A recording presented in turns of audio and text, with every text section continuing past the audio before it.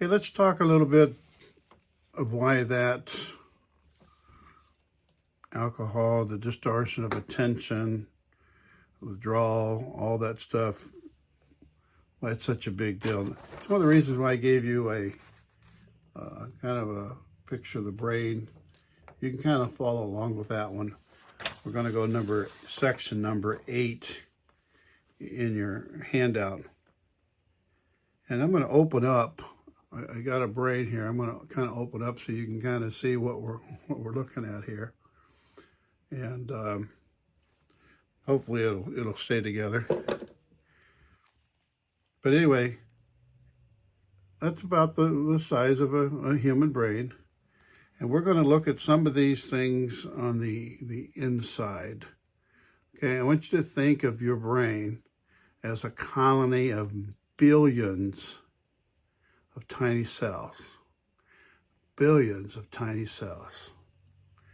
Okay, the most significant is what they call neurons. Okay? Now, all of this is going on inside your brain. And your handout actually shows these bottom 2 sections, what we're getting ready to go into. Okay? But before we go there, I want you to look at, so we got the frontal lobe, we got the parietal lobe, and each one of these sections handle different things of our body. Like the frontal is where the thinking and the abstract thoughts take place. The parietal lobe is the touching senses, or in that area. And then the group in the spinal cord area, which is coming down at the base of the neck. This would be the spinal cord going down, back to your neck here. Okay. It gives and governs the level of attention, wakefulness. Okay, so think about this. You hear a song, and it involves a number of groups in cooperation with each other. The cells enter the inner ear. It goes into the parietal lobe. Okay, it goes into the frontal lobe. Then it goes into the temporal lobe and a number of other areas. It just working together. And it passes through these by, this is the second one, number 8, an axon, A-X-O-N. The axon connects one brain to another. And that's what's demonstrated in the bottom of your diagram in your handout. Okay? Now, messages are sent through the axons. These messages are called synapses. S-Y-N-A-P-S-E-S. They're the messages that are sent. So messages work too. An average neuron has about 20,000 of these connections. Some have upwards of 200,000. So the communication takes place when the axon of one cell releases a chemical called a neurotransmitter, and it's received by a neuroreceptor of the next cell. Okay? Now, neuroreceptors are also sensitive to chemicals. Think about how that works. Okay? Hormones produced in the body, they're yearning and they're waiting and accepting that. And then there's foreign chemicals. It can be caffeine, nicotine, narcotics. All of these can exert some type of influence on the neurons. And then number 5 of section 8, all neurons are formed by the time of birth. Okay? In the 9 months, the neurons develop at least 150 per second. If neurons have 20,000 synapses, the total number in the brain is 500 trillion. Just think of that. To give you some idea today, scientists have identified 30 different neurotransmitter chemicals. 30. And see, this is where medicine has made some big strides. They've been able to literally help where some of the chemical is deficient in a person with a mental illness and give them some medicine to balance their bodies. The goal of medicine is to keep the person in balance. When those chemicals get off balance, you have intoxication, you have a mental illness. If the imbalance did not come from the alcohol, you don't have intoxication, you got a mental illness. We're not going to deal with the mental illness aspect in here tonight, or today, or in this video, because that's way, way above my league, and we just don't have the expertise in that. That's a medical field. And so if you're taking medicine that a doctor's prescribed, you just keep taking. I would ask lots of questions, but you keep going with the medicine. But the other part, I bring the chemical part out, is Oxycontin is one of those chemicals that man made that are so close to the human chemical. Why so many people get addicted to it so quick, because it's such a natural, your body doesn't have to get used to it. It's just, hey, I've been needing this, I want it right now, and boom, you're addicted. Okay, so these messages go back and forth. They're two-way streets. Okay, they may stimulate, they may slow you down. Okay, they can do one thing to one and they can do something else to another cell. There's a lot of activity in a person between the nerve cells. Okay, all mental function is determined by which nerve cell and which synapses are active, and in what sequence, and which chemical is being received or released.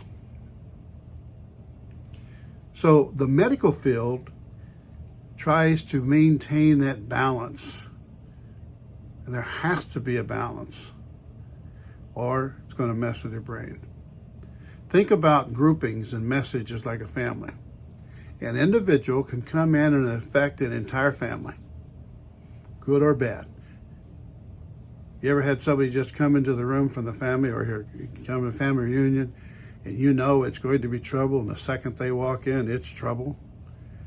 Or you've got someone who's just so bright and go get them, and they come in and it just makes a highlight of everybody's day. Okay? It can literally change the balance of a family. So think about the brain as cells of family, and then it actually goes that it can affect an entire neighborhood. Okay, there must be that equilibrium, that balance. Okay, stress comes when that equilibrium is thrown off balance. Stress is the body's reaction to this disequilibrium. Okay, all brain function depends on delicate shifts of balance among these chemical cells and the systems of cells. So speaking of family, number 9, let's talk about relationships real quick. All of them are important to us, whether we realize it or not. We all want to be connected, or we all want to be loved. Okay. Family relationships provide us with feelings of personal worth and affirmation. It actually brings stability and solidity in our lives. Even a dysfunctional family brings some stability. It may be disorganized, it may be dysfunctional, but it's our normal. And our normal is our stability. But relationships can also become toxic. Relationships can also lead us to addictions. We become too dependent on somebody, on them. We become too possessive of that person or them. We become manipulated by them, or we become the manipulator. If our personal worth becomes contingent on what others say and upon their approval, something's wrong. Something's out of order. There's not a proper balance there, just like in the brain in relationships. Now, in your handout, I've also given you, let's see if I can find it here, five sections of questions to ask yourself, or four, I guess. Nope, there's 5. Okay? Go through these questions. Give you some idea on where you're at dealing with addictions. Okay? Basically, these are the 5 sections that we just talked about: the tolerance, the withdrawal symptoms, the self-deception, the willpower, and then ultimately is the distortion. And so these 5 sections are centered around those that we just talked about.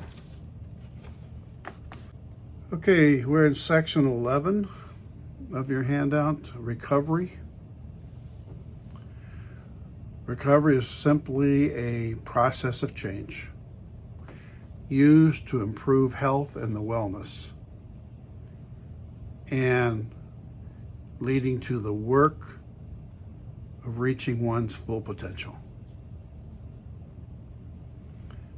The key here, the first one is recovery is not an event.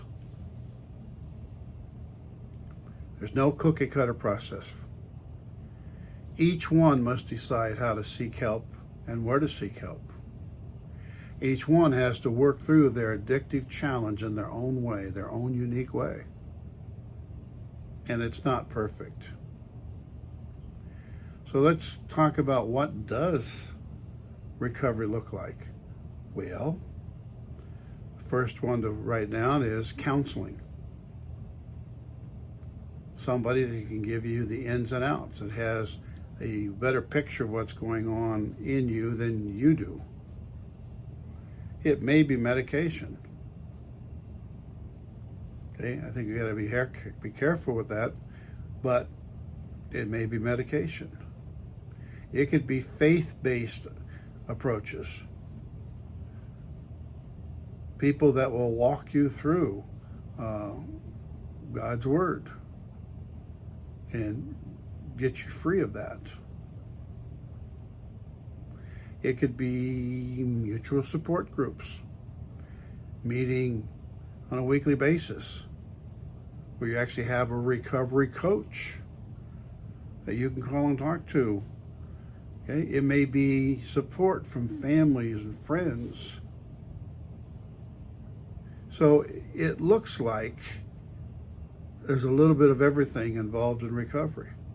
Studies show that when family is involved, the outcome is better. You may say, well, not my family. See, there's where unforgiveness takes place, whether in you or in your family. So we got to be careful on that one, but we got to work towards that. We release forgiveness. We get rid of unforgiveness. Okay? Only the family members believe in one's ability to recover.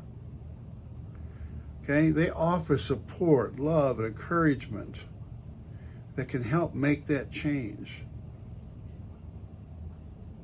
I think what happens in a family, they get upset over the lies of, well, I'm going to change this time. I'm going to change. And then there's no change.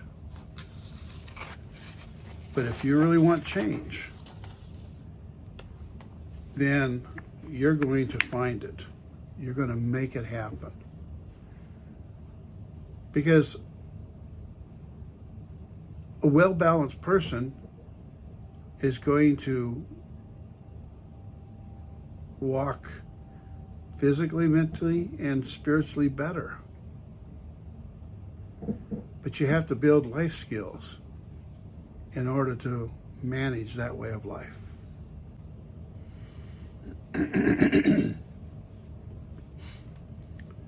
Okay, section 12. All humans are born with the same deepest desire. And religious or not, we have an inborn desire for God. Okay? And we have that same basic desire to be loved. So today, we seem to ignore the full makeup or the true makeup of man. Okay? And like, for example, too many just deal with the body and the mind and thinking that that's all there is. And if that's where you're at today, then that leaves out your main identity. And it leaves out the part that drives from deep within. So, if this is you, I challenge you to seek yourself and all mankind in this new light. Remember, just because you don't want this to fall when you let go of it, does not mean that it's not going to fall. And just because you don't believe that the earth rotates around the sun, because you want to believe the other way, does not change that fact. This is one of those things here. So, the man is made up of three elements: body, soul, and spirit. So let's look at that. Our body is our physical flesh parts, and it includes the neurological elements. Our soul now is our mind, our will, and our emotions. And now it includes all of the psychological stuff. And then our spirit man. That is the deepest connection. It's not a religion, but it is a relationship or connection with God. So many believe that man is just body, mind, and soul, mind and soul interchangeably. But the three elements we have to lock in today is that we are body, soul, and spirit. Now, why would I want to bring that up and bring in, confusion or complaints? And inside of us, there's a longing for wholeness, a completion, a fulfillment, that deep hunger to love and be loved. This yearning is the essence of the human spirit. Our inner longings originates our hopes and our dreams. So if you think about it, in our desires, we have two choices. One, we can follow the true desires of our spirit. And then number two, actually number 12 there, we can ignore them. If we ignore the desires of our spirit, then we are taken captive. And that makes us a prisoner now. Okay, we are put into captivity, not for something we didn't have anything to do with, but because we made the choice. And that prisoner is a result of our choice of ignoring. Okay, now here's what happens. Our quest now becomes to replace them. They're substitutes. And we just want to feel good. And this is where our self-centeredness is now on full display, and it is flat out in control of our lives. And then that next step, we give ourselves over to repression and or addiction. If we repress our desire for love, it makes us vulnerable to being hurt. And then our addictions are our own worst enemies. So if you think about it, if we leave out the spirit of man, we're actually destined to look for love in all the wrong places. Now, that's more than just a song. It's actually a destructive way of living. So repression now, this is in number 5, Roman numeral 6. Repression stifles desire. And psychology calls this displacement. We focus on other things, safer things. But here's the problem. What is repressed does not go away. And it's somewhat workable, it's somewhat flexible, it's always on the edge of our conscience. And from time to time, it reminds us of his presence. Remember me. When we want to tackle it, we choose to go there when we're ready. And that's the problem with repression. So we've come to a point where, well, let me give you one more. And I think this will finish up 12 as far as the answers go. Yes. Let me give you the last blank so we don't miss that one. Addiction splits the will of man in two. One desiring freedom, and the other to only continue the addiction. That's that fight. It's going to go on and on and on. But here's the conflict. How can I respect myself if I don't know what I really want? When I'm out of control, I blame whoever. I blame myself. I blame the events. There's nothing my fault. It's all external. And after countless attempts to manage ourselves, all which have failed or are going to fail, we realize we're defective. And it's because the mind says, hey, I'm not giving you the truth here. The mind says the body calls for this addiction. So there's got to be that drive to keep the addiction going in you. And as a person that has that issue, you'll do whatever you can from being present with yourself. You don't want to see your uglies. You know them too well. And then that's where the rationalization comes in. Well, if I only do this, and It's just a defensive mechanism, defensive behavior. And then that becomes worse, because now, where's the hope? Once you start rationalizing,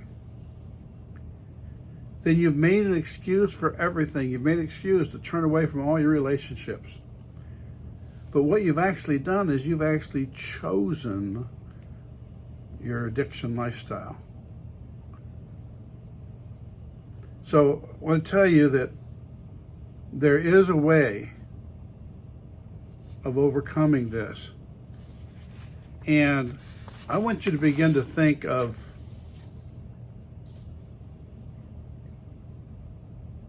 I want out of my addiction so that I could help this person.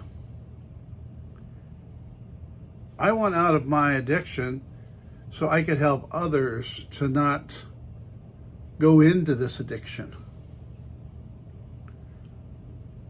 So what you're beginning to do there now is take that selfishness away. So there's two videos I want you to see. One is going to be a friend of mine. His name is Bill. I want you to listen to his testimony about how alcohol nearly destroyed his life. And then the other one is only about 3.5 minutes, and it's a testimony of a lady that nobody thought that she would ever be well because of the circumstances that she grew up in and began walking down. And that one is on Right Now Media. And the title of that is Redeemed to Serve. I want you to look at both of those, and then we'll come back and finish up. See you in about 30 minutes. Okay, we're now in section 13. Let's take this last section and get it done. Sooner or later, we're going to have to admit that we are powerless to control our tendencies to do the wrong thing. We can't. I am powerless. We desire control. Man, we want to be in control. We'll fight for control. We'll demand it, and don't tell me what to do. It's like we want to become our own God. I'm going to tell you, that's not going to be good for anybody. Okay, here's some of the consequences when we desire this control. Okay, we put up a fake front. We have a fear of rejection. A fear of rejection, or being exposed to who we really are. And so we will put up the biggest walls. We will put up the biggest boundaries and not let people in. And we will portray something or somebody that we are not. Somebody that we might even hate. But it's better than someone getting in and finding out that we're really a mess on the inside. The consequences is you live a life of frustration. I can handle it. Okay? I can do it on my own. And then you can't. You basically are living a stress level of 6 or 7, and you jump up to a 10 at the slightest inconvenience or something that doesn't go quite right or your way, rather than living down at a 2 or 3 and then getting up to a 5 or 6 on those things that don't mount to a hill of beans. Then we wonder why we're just flying off the handle. That's because we're living in a frustrated life. Okay, and then this gets tiresome. Fatigue sets in. Okay, denial. requires an enormous amount of energy. Okay, running away from the pain requires an awful lot of energy. What I see there is no place for rest. There is no place of rest. There's no time for rest. You've got to keep busy, or your mind always goes back to that one spot or that one time. And then that ugly, or it replays the videos in your head time and time again where there was trauma or abuse or whatever got you started down this path. And that video just plays and plays and plays and plays and plays. And then finally we have this thing called failure. On your own, you're going to fail. We all have weaknesses and we all have our faults. So when you admit your weaknesses, you realize that you need help. Willpower by itself is not enough. Here's what I want you to think about. In all of this, you try to hide what's really going on inside. I've seen this so many times, time and time and time again. I can't tell anybody. They already know.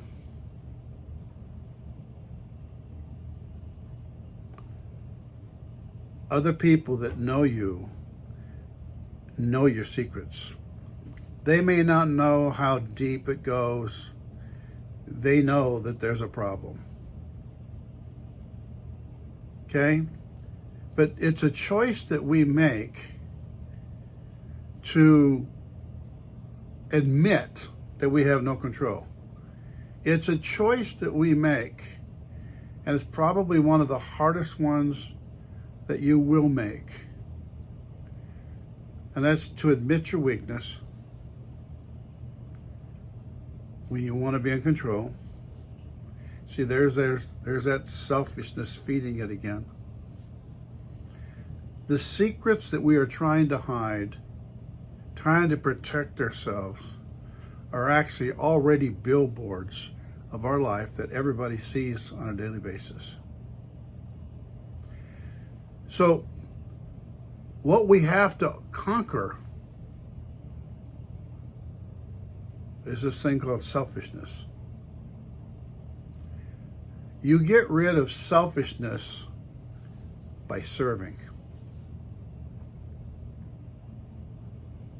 So like we talked about on the bad news, if all you want to do is get rid of this addiction,